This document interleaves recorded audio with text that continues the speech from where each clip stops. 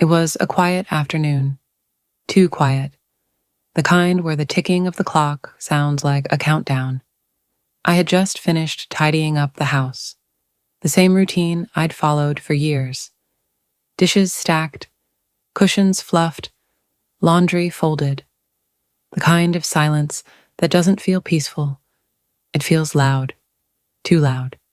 I sank onto the couch, every bone in my body aching, in a way that had nothing to do with age and everything to do with exhaustion. Emotional more than physical. Dirk, my husband, had left for work about an hour earlier. I told myself I'd just rest for a few minutes. That's when Ethan knocked. My nephew, 24, respectful, always polite, always willing to help. He was the kind of young man people pointed to as an example. But lately, there was something different about him. It was hard to explain. A shift in energy. Something subtle, yet persistent. When I opened the door, his smile was as disarming as ever. "Aunt Laura," he said, "you look exhausted." I returned a tired smile. "It's been a long week." He stepped inside with ease, like he belonged there. "Need help with anything?" I hesitated. It wasn't unusual for him to offer. He'd helped with chores before, fixed the leaky sink, carried groceries. Still, I felt a moment's pause, but I brushed it aside. "Maybe just a quick back rub," I said, "if you're up for it." I didn't think much of it at first, just relief. My shoulders had been tight for days, but when he placed his hands on me, I felt it immediately. His touch was different, intentional, stronger, slower. There was a kind of awareness to it that didn't feel right. I tried to relax, told myself I was imagining things, but every motion of his hands made it harder to ignore the tension building, not just in my muscles, but in the room. "Is that better?"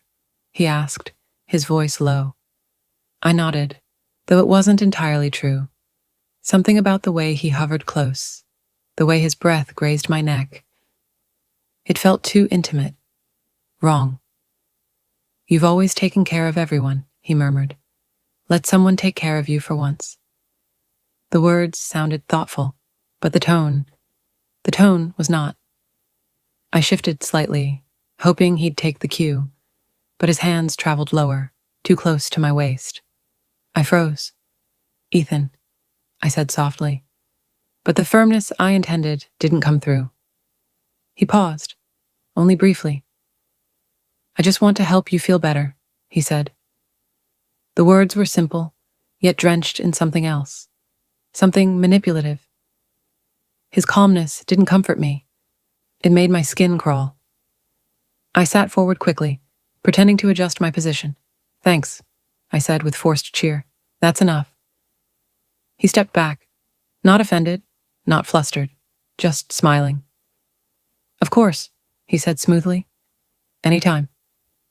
He left soon after, but the unease he stirred stayed with me. That night I barely slept. I kept replaying it in my mind, questioning if I was overreacting. Was I too sensitive? Had I misread something? But each time I ran through it, the uneasiness grew. My instincts were screaming, even if my voice hadn't. The next morning I walked into the kitchen, and there he was. Ethan sat at the table like it was the most natural thing in the world. Coffee in hand. Calm. Comfortable. Too comfortable. "Morning, Aunt Laura," he greeted me. I stiffened. "Morning. You seemed a little tense yesterday. Everything okay?" "I'm fine," I replied quickly, almost defensively. He tilted his head, studying me. "You sure? I just want to make sure you're feeling good." There it was again, the phrasing, the implication.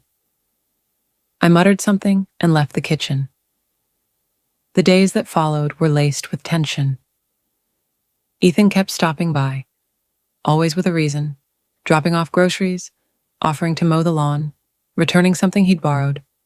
Always kind, always helpful, always too close. At first, Dirk didn't notice anything. Why would he? Ethan wasn't doing anything overt. Nothing obvious, just enough to make me feel cornered, uncertain, unsafe in my own home.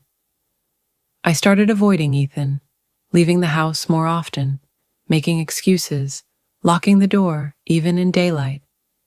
But he always found a way back in, through the familiarity we once shared, through my hesitation, through silence. One evening, I returned home, late from a meeting. The house was dim. I set down my bag, turned on the light, and there he was, standing in the living room, waiting. "I missed you today," he said.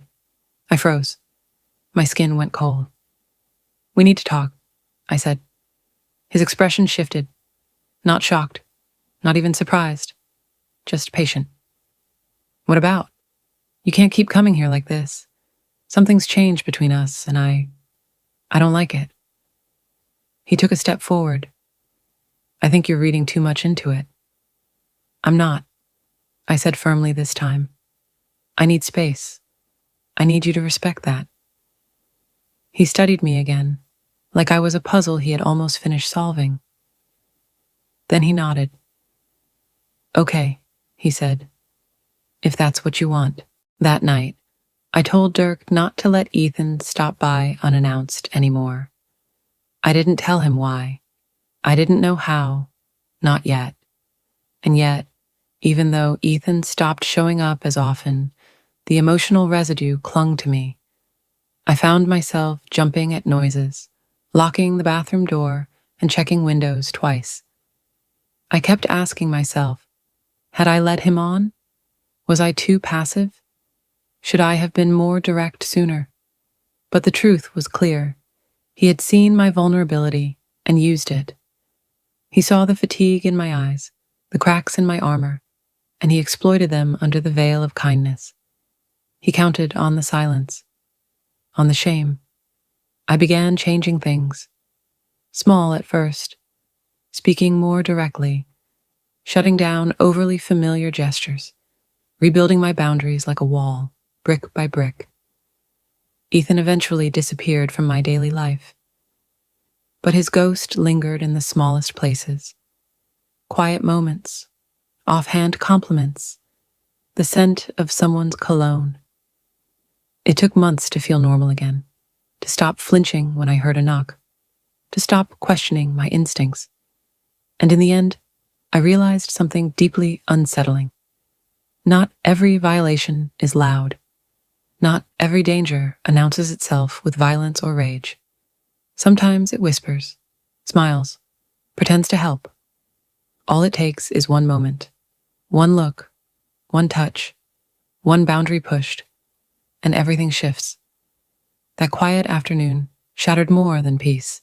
It cracked trust. It taught me that silence isn't always harmless, and that sometimes the people who seem the safest can be the ones who steal your comfort without ever raising their voice.